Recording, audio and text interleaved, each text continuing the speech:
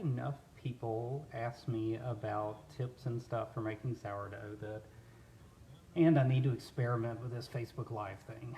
So, in preparation for the whole book thing and all. So, I thought I would try this. So I'm going to go ahead and do the first steps to making the sourdough, which is only going to be combining some flour and water during this step, and then I'll let it sit, and then I'm going to come back and try this later. At that point, I'll be adding the sourdough starter in and salt, all the kind of other stuff we have to do. So, at any rate, I will show you that this guy right here, and I'll lift him up real quick. This is who I started out with, a guy named Alex. He has a video called Sourdough for Non-Bakers, which actually is a really good way to start. But there were some ways in which my sourdough would end up being kind of flat. It didn't really rise the way that, well, I have a sample loaf that's almost done that didn't get quite as big as this guy right here. So at any rate, for those of you who've been trying to do the sourdough thing, I thought I'd give you some of the tips and tricks that I've learned as I've been experimenting with this. So the first thing I would absolutely recommend though is this guy. This is a baker scale. So what I'm going to do is I put my cup on here, and I'm going to make sure I reset this guy so that, yep, we're at 0 grams now. Now, the thing that Alex taught me is the baker's weights for sourdough are 3 parts of flour, 2 parts of water, and then 1 part of sourdough. And that still stands. Now, that lets you make loaves of different sizes. So, usually I do 450 grams of flour, and then 300 grams of water, and then 150 grams of sourdough. So that's how I do that split. And that fits nicely in the Dutch oven that I use, so that's why I do it that way. Now, depending on if you have a larger Dutch oven, you want to do that, that's fine. But those are the ones that work for me. So, got this set up. I do usually use King Arthur. Supposedly it has a higher protein content and tends to be a better flour. So I'm measuring this out on a scale. It's not the most glamorous thing, of course. I'm at 127. And this is just all-purpose is what I'm using right here. And almost there. 147, 148, 149, hey, 150. All right, so that's 1/3 of that. And I'm just using this regular bowl. The reason I use this is because I can put a top on it, and once I mix the water and the flour, I'm just going to let it sit in there. So I've got 1/3 of this all-purpose. I like for mine to be a little weedy, so I'm going to use some wheat flour next for that next third. And part of the reason why doing it by weight is better is because sometimes, you know, it kind of gets mushed down in that cup measure and may not get as accurate a read as you want. Let's see, almost at 150. There we go. All right, so I got 1/3 of the all-purpose. I'm going to use some of this bread flour. I don't think you have to use bread flour. We happen to have this because I think Kroger Click List gave it to us or something instead of whatever we asked for. That's all right. No big deal. So that's a 132 right there. I'm going to get that up to 140. Yep, there we go. And so that gives me about 10 grams left. And the other thing that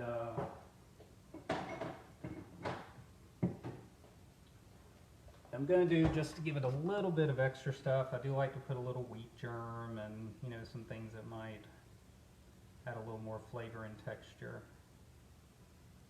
So, yep, there we go, 10. All right.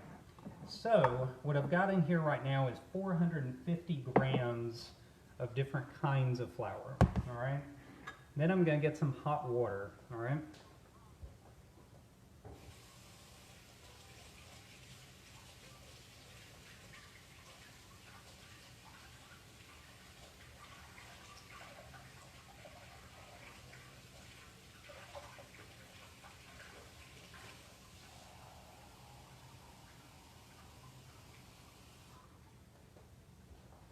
And since I had 450 grams for the flour, oops, unit got mixed up. There we go. So I'm looking for 300 of the water. So it's 150, so I'm going to put that in, and then another 150. So I know that there are some people that might watch this from me. Over this pandemic, I know I have given away quite a few little mason jars with some starter in it. For those of you who haven't done any of the stuff with the starter, this is my starter right here. Now some people like to name these things. They'll call them things like Danny DeVito or, you know, whatever else. People come up with fun names. So now that I've got my water in here, I am just going to mix this up. And so it's a little messy, but you're just going to kind of mush the dough in there and get that water nice and mixed. Now after this step, I'm just going to leave it for about an hour. One of the things that I started making sourdough, actually when I was in this spiritual direction certification program, and so there's this strange way that making sourdough bread has gotten kind of wrapped into that for me, and you know, it's almost this nice little spiritual discipline. You learn to wait, you learn to sit, you learn to not rush things along, which is sometimes what we're all apt to do. So what you'll see is just kind of this gummy flour and water mixture, and that's really all you're doing at this point. It's just kind of getting that mixed up, and you're going to let it sit.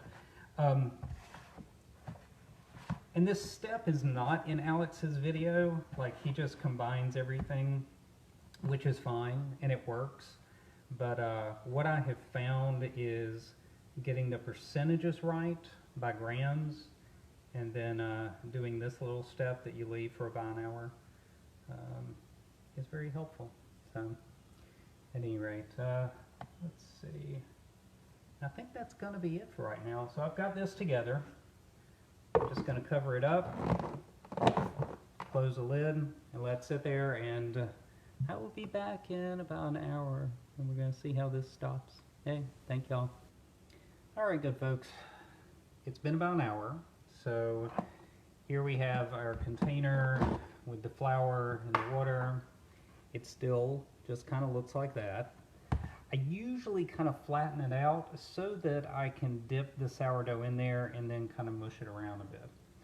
All right, so here is my sourdough starter. So this thing, I ended up doing what's called a wild starter. So in other words, I had like an open container with flour and water that I would feed occasionally, and by I say occasionally, I mean it's like every day. And so this starter actually came from, not very glamorous, but the bacteria in the air in our home. So like that's where this guy came from. So no, I never called it Danny DeVito or any of those other kind of fun names that people use. But you can see the air bubbles there that have formed. And if you look in the interior, you can see that as well. So what I'm going to do, usually use a wooden spoon and a half-cup measure, and as I think I had mentioned earlier, now I'm just kind of stirring this down a little bit, so making it a little more compact and mushy. I'm going to turn my scale back on, and so remember it was like 3 parts flour, 2 parts water, and then 1 part of the sourdough. And because the size loaf I usually use 450 grams of flour, 300 grams of water, and I'm going to use 150 grams of the sourdough. So I'm going to slide that over there, and this stuff is really kind of mushy, and so ends up kind of dropping in there. I'm trying to watch my scale so I can get up to 150 here.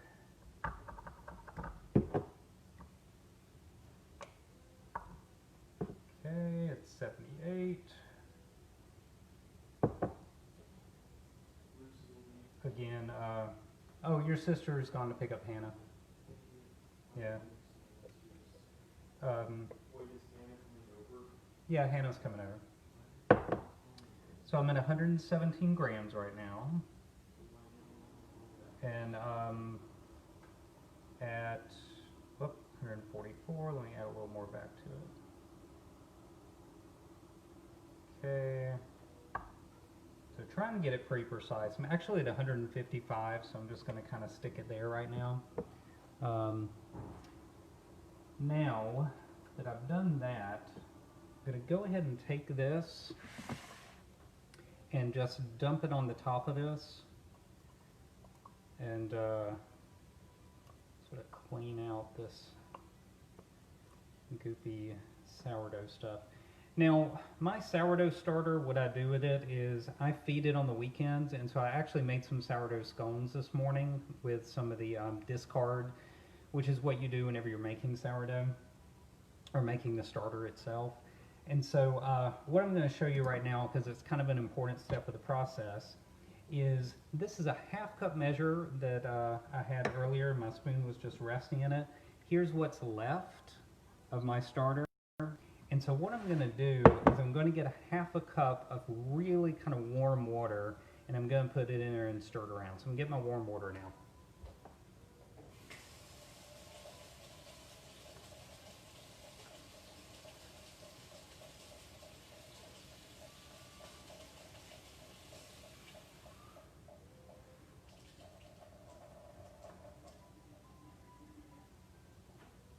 Alright, so I'm going to walk over here. Alright, so I got about half a cup of warm water. You can actually put a little more, it won't hurt anything. And I'm going to kind of get some of this from the edge and just kind of stir it in. I mean, if you look right now, you'll see it's kind of goopy. And so you'll have some of the sourdough that's in there, and I'm going to kind of gently mix it around, try not to slosh it too much, but trying to get it, that warm water and what's left of the sourdough starter kind of mixed up together, which is what you do when you feed it. You put that half a cup of warm water in there and kind of get whatever you can off of the sides.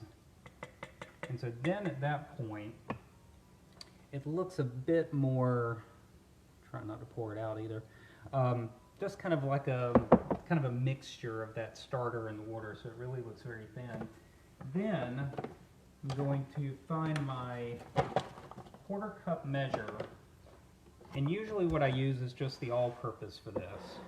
So get that quarter cup measure, and generally when you feed it, you're wanting to give it a scant cup, is how they say it. In other words, not quite a full cup of flour. And so I'm going to put 4 of these in here because this is a quarter cup measure. And once I do that, usually on the weekends, that quarter cup measure sits in my flour for a while. So, and then I'm going to gently mix that up in this sort of warm sourdough starter and water mixture. And after I get that kind of mixed up, and again, sourdough is pretty forgiving, really, so you don't have to worry about getting it just perfect. But you'll see now it's kind of goopy again, and so just kind of make sure we got all that in there. Listening to John crying today. And so then after I do that, I'm going to put that top on it gently, not really seal it, but put it on gently. Set that off to the side, and what's going to happen is that's going to start to bubble in a few hours, certainly overnight. Don't have to worry about too much, just kind of let it sit there. And so I'm going to go back to this, which is the sourdough starter and the flour water mixture we have here. Now, my next step is just to mix this stuff together. So this isn't, you know, anything real special, but usually I dig down from the bottom and kind of loop that over a little bit. And this kind of technique we'll do a little bit later too that I learned. But really just kind of mixing this together. Now, what's going to happen is, as your fingers get in here and you start mixing up some of that sourdough is a lot more goopy and more challenging to get off your hands. But that's all right. It's, again, in some ways I was talking about the making of bread being a bit of a spiritual discipline in a way, and you know, there's something about things being tactile and, you know, touch and real in a way, especially when we talk about the communion liturgy and, you know, bread and wine. I mean, there's a way in which, you know, these elements were, you know, they were the tangible, real things that people had. The way that bread was alive, the way that, especially the wine in that day and age, that was a way to drink purely, because a lot of the water that we take for granted as being pure, it certainly wasn't back then. So get this kind of mixed together. And yeah, I've got this all over my fingers, so what I'm going to have to do is rinse my hands off and then come turn this thing off. But this is what this is going to look like now. And so it's already like a little bit goopy. Now I'm going to flatten it out just a little bit again.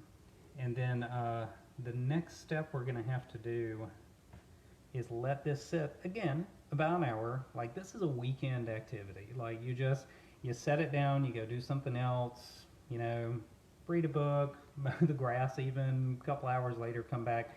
You know, whether it's an hour or 2 hours, however long it is, you don't have to worry about it too much. This is just something you kind of leave and let sit.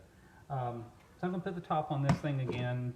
I'm going to find my clean finger so I can turn off the video.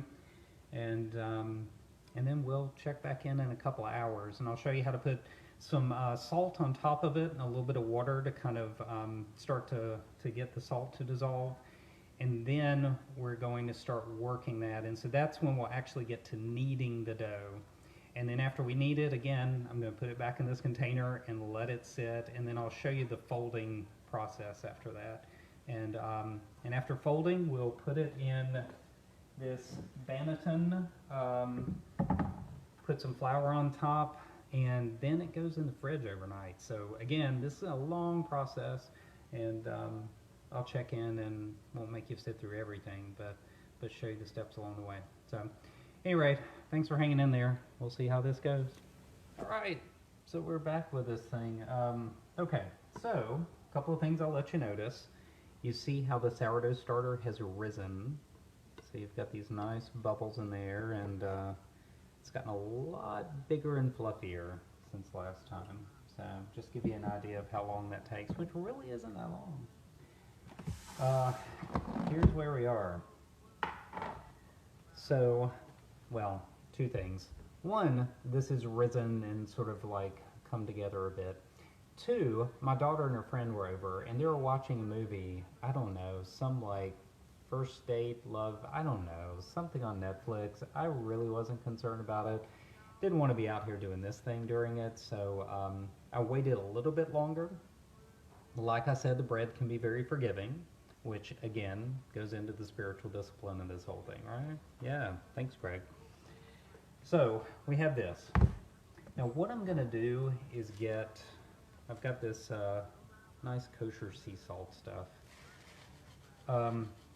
You know, all of us hate it when we read recipes like this, but I've got a handful.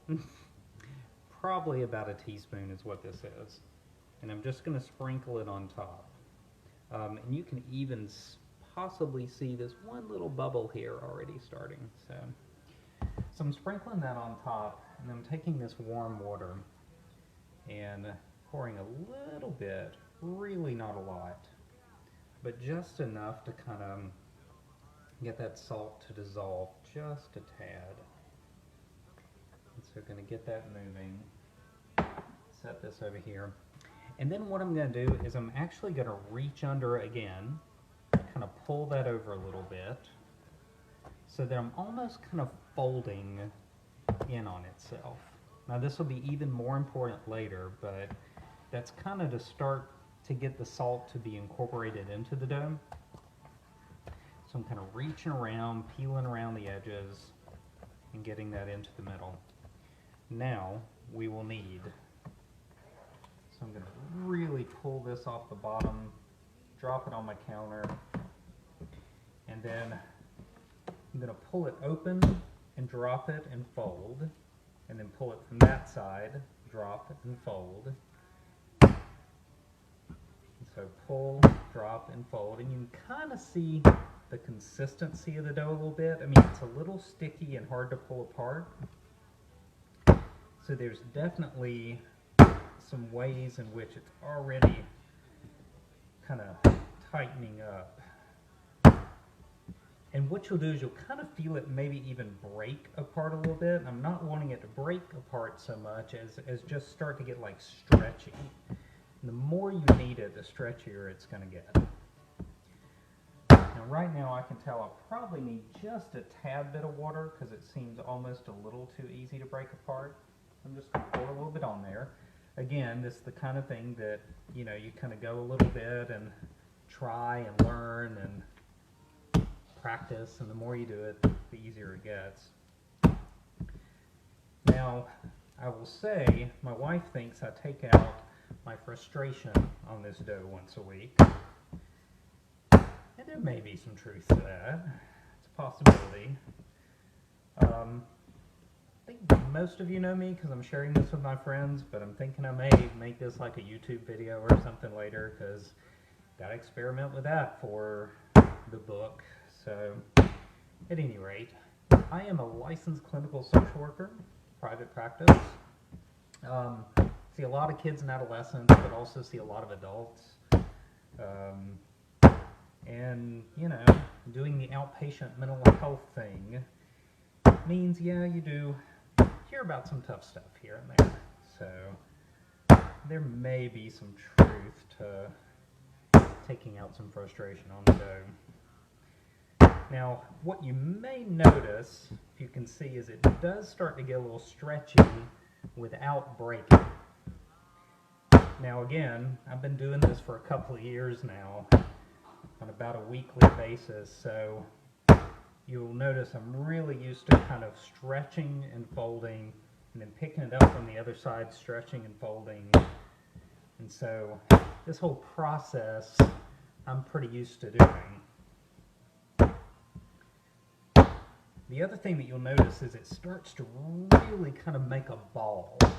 Like it really starts to hold together too as it gets stretchy without breaking.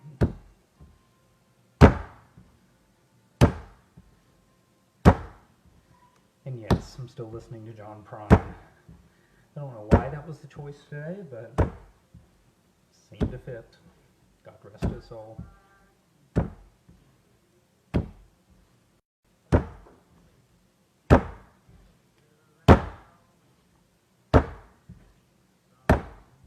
Now, what's going to happen next is after I finish kneading this, I'm really just going to set it back in the bowl, the one that I've been using.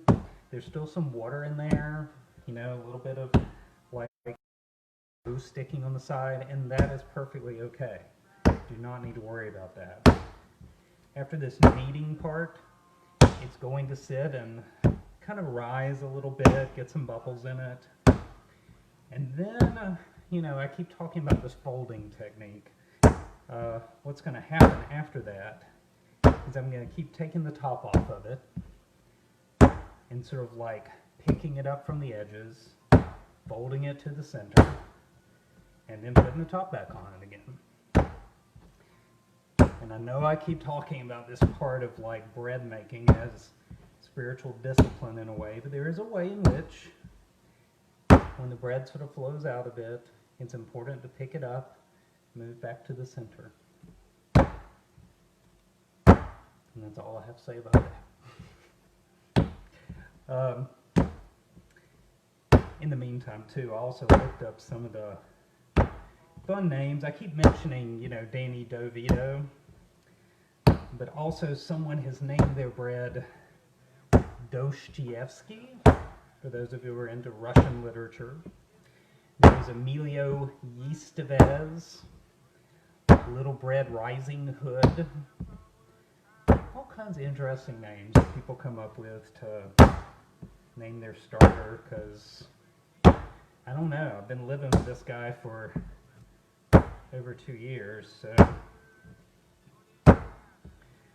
the other thing that definitely comes to mind, which, you know, I'm certainly not the first to say this, is Feed Me, Seymour, Feed Me.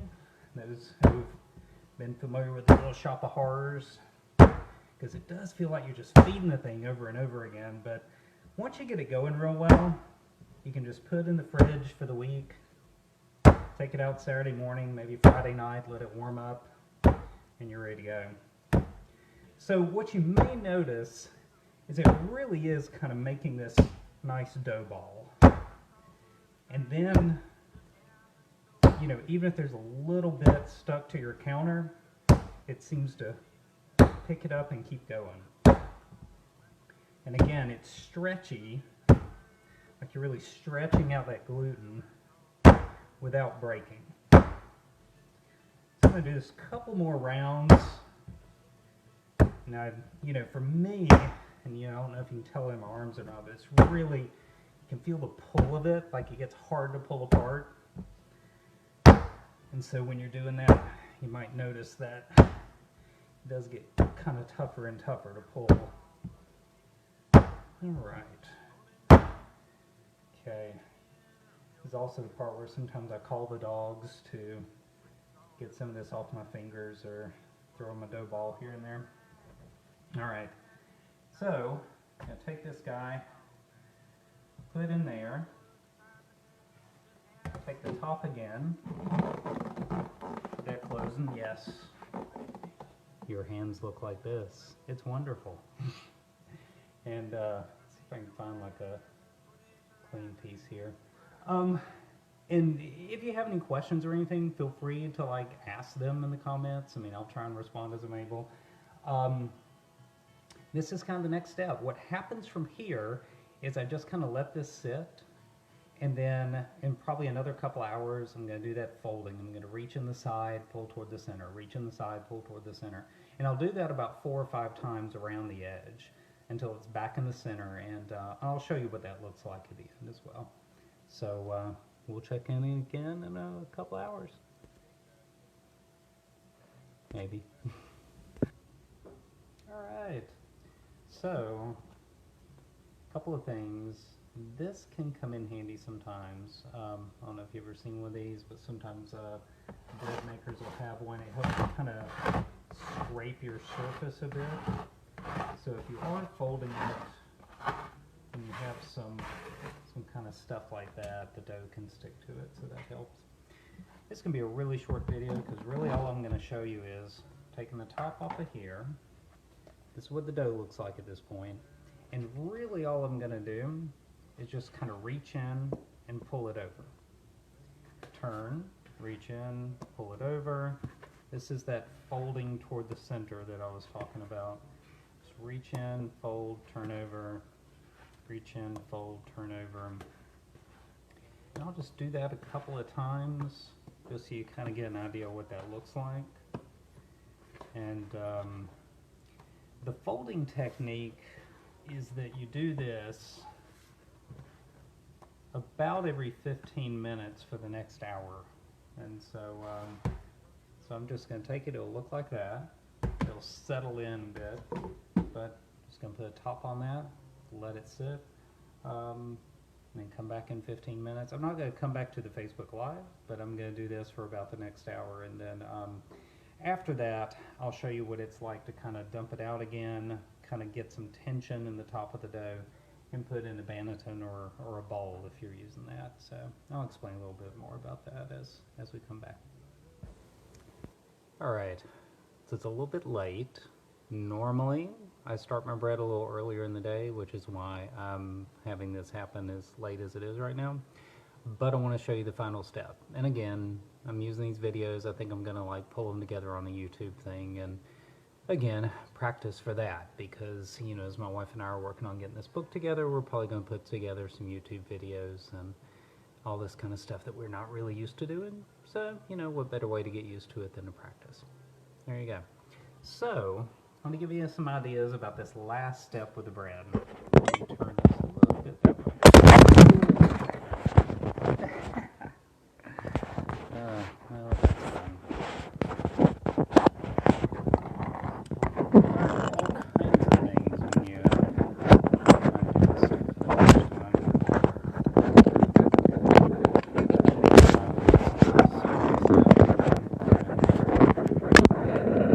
the first time. Alright. Maybe that's better. Yeah, that's better. Alright, here we go. A couple of things I want to show you before I get done with this. This is a banneton, and this is what I usually use to put my bread in, but I don't want you to feel like you've got to get one of these like basket things to do it. It has like a little cover. In the inside you'll see all this flour kind of caked in there, and it's also caked onto this cover as well. Now, I did not start out with one of these, and I'm not going to use this today, just so you don't feel like you've got to get, you know, one more little special equipment or anything. If you're getting something special, I think the scale is probably like your best bet than trying to go online. Although those are not, you know, really expensive, but that's not as necessary, I think, as the scale is. So, what I am going to use to put the bread in is this bowl. And this is actually my wife's grandmother's bowl that she had. So, at any rate, we have this, and what's going to happen is after I do one final fold and I put some flour on the dough, I'm going to just set this tea towel in here, push it down, flour that really generously. So you want a lot of flour in there because you don't want the dough ball sticking to the fabric. And then I'm just going to kind of fold it over. So you'll see that toward the end, but I'm going to move that a little bit out of the way. So I'm going to open this one more time, give you an idea of what this looks like, and you can see some of the like bubbles there and just kind of where I folded it over and over for the last hour or so. And so we're gonna kind of do this one more time, and it's a lot thicker now than it was to begin with, so you can really tell the difference. So I'm gonna pull that over one more time, and after that I'm gonna just almost kind of peel it out of the bowl, so and back onto the surface. Done with that, and I'm going to reach in, get some flour. Again, you want to do this kind of generously. Kind of put a lot of flour over it and just kind of layer that over the dough. It's okay to put a good amount of flour here. So, and this is where this little plastic piece comes in again, because I'm going to kind of pull some of this flour toward it, and it helps it not be so sticky toward the bottom too, to kind of pull some of this flour toward it. Now, as you're pushing it, you'll see it does kind of make it create a little bit more tension on the outside of the dough. So you kind of push a little bit, and it's tightening up that surface. And so just do that a few times. Doesn't have to be a lot, and you're kind of reaching under just a little bit. Helps to reach under, because then when that flour is under there, it'll make it easier to pick the dough up. So you get this guy kind of up like this. I'm going to pull this bowl back toward us. I'm maybe going to put just a little more flour on here. I want to make sure that it's not going to stick either on top. I'm going to flour this a little bit. And then take my hand and sort of hold it, reach under, pull it up, and just kind of gently set that dough in there. Now the other thing it's helpful to do is take your scraper, pull some of this flour toward you, get that, and you can just sprinkle that over the top too, because you also don't want it to stick to the top of it. And I say top, this is really going to be the bottom of your dough, of the bread. So you're going to put some over there. And so then, after I get that done, I'm going to kind of pull this over. So I'm kind of gently covering it,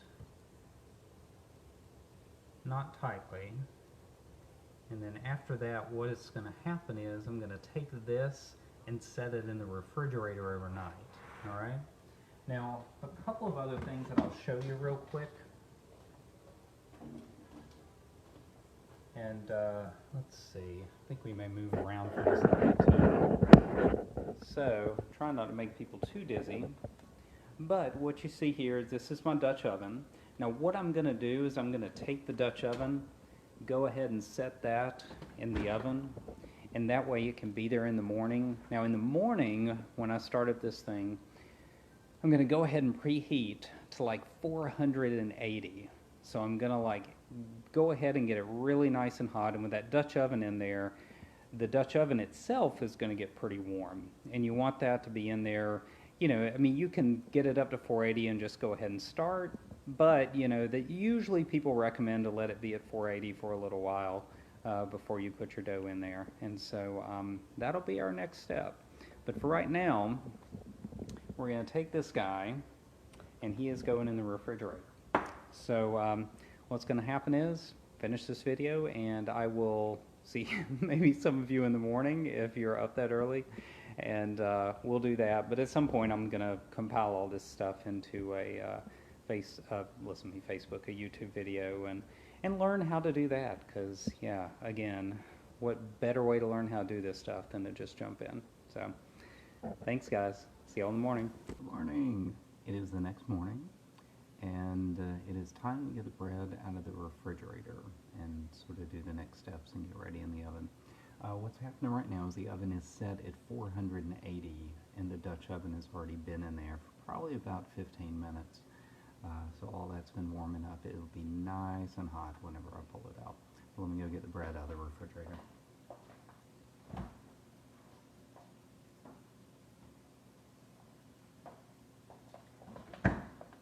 So sometimes people will say that you need to let the bread kind of warm up a little bit. I used to do that. It made it a little harder to work with. Coming right out of the refrigerator, it's fine. And so this is just like we finished up with last night. Covered in a little bit of a tea towel. This is what your bread's going to look like. Now what I'm going to do, I've got this in a bowl, not the Banneton today. I'm going to take it and I'm going to gently flip it over onto this piece of parchment paper.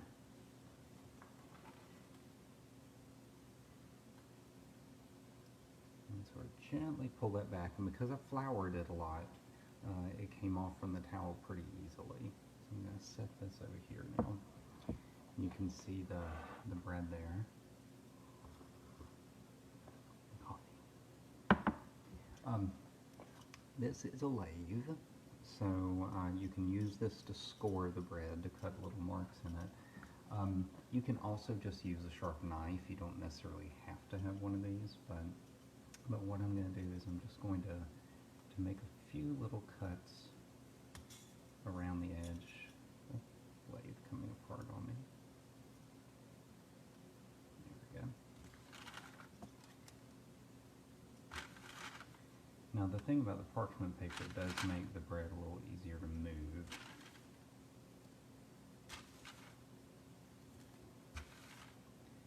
These will give the bread a chance to kind of expand out a little bit too. I'm gonna just do a couple here on the top too. Okay. And looks like that one didn't get very deep. It doesn't have to be so deep, but you do want a nice cut there. Alright, so the bread's ready to go. The next thing I'm going to get out is this little sprayer. There's just water in here, nothing special about that, except it does add to the humidity inside the Dutch oven, which gives it a good rise. So my next step is I'm going to pull this hot Dutch oven out of the oven, set it here, take the top off, and gently put the bread with the parchment paper in there, spray it well, put the lid back on, and put it back in. Now, once I take it out, like right now the oven is set at 480, I'm going to reduce the temperature to 430, and that's what it's going to bake at for the rest of the time.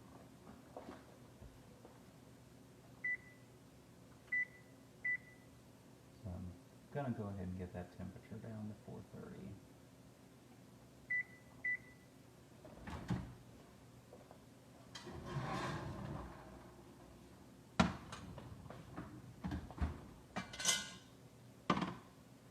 Take my lid off.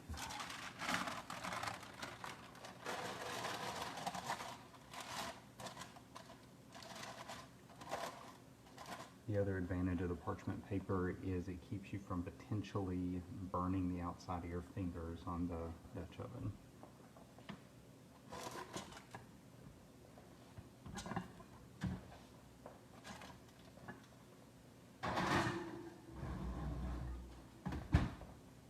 Oh, I forgot to spray it.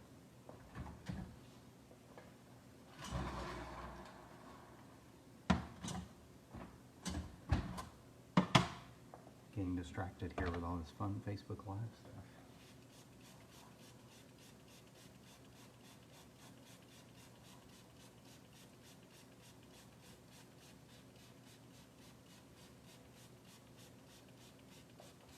Yes, I'm generous with the spraying.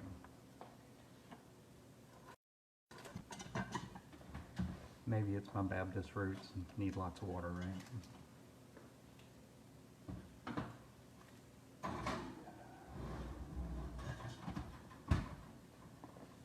Alright, so that's going in there for about, usually I'll watch it at around about 18, 19, maybe 20 minutes. Then that's when you're going to get the big rise. Now, at that point, when my timer goes off, and it's been about 18, 19 minutes, I seem to have gotten a good rise. Then you want to reach into the oven, pull the lid off, and then you're going to have another bake for probably about 16, 17 minutes, maybe 20, depending on what kind of crust you want. If you want it nice and brown, then you want to go a little bit longer, a little less. If you want just kind of a light tan, then a little bit less. And so that's going to be the next step. So after we get to that, I'll go back on here again and we'll pull it out of the oven and see what it looks like. Alright, so we're going to check on this thing and see what it's looking like and take the time. Alright, there it is. So we got a little bit of a rise, and let's set this over here for a second. Gently reach in, take the top off. Give you another look.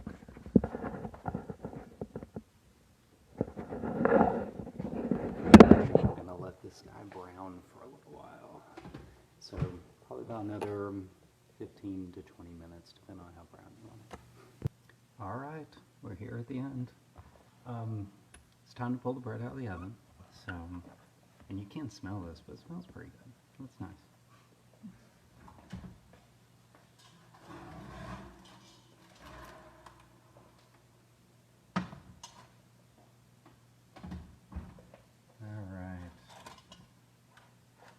So, this is what it looks like fresh out. You can see where we did the little couple of scoring on top. And the other thing about having the parchment paper is it makes this part a little bit easier too. Gently grab that and move it over to this pulling rack. What you can see is it did get kind of a rise on it there. You can see those little bits of scoring around the side too. Ooh, it's hot. And that's kind of it right now. So what you want to do is just kind of let it cool thoroughly before you cut it. And maybe I'll come back on one more time to kind of cut through the middle and let you see what it looks like inside. Alright, this is it. So, we have our loaf, which is now cooled. Got a nice rise on that one. I just did want to slice it open so you folks could see what this looks like. I'm going to take a nice big slice here.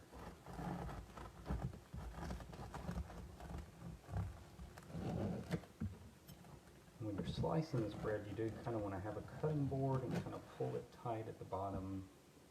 Sometimes that can be a little tough. And this is the kind of rise we got on this one.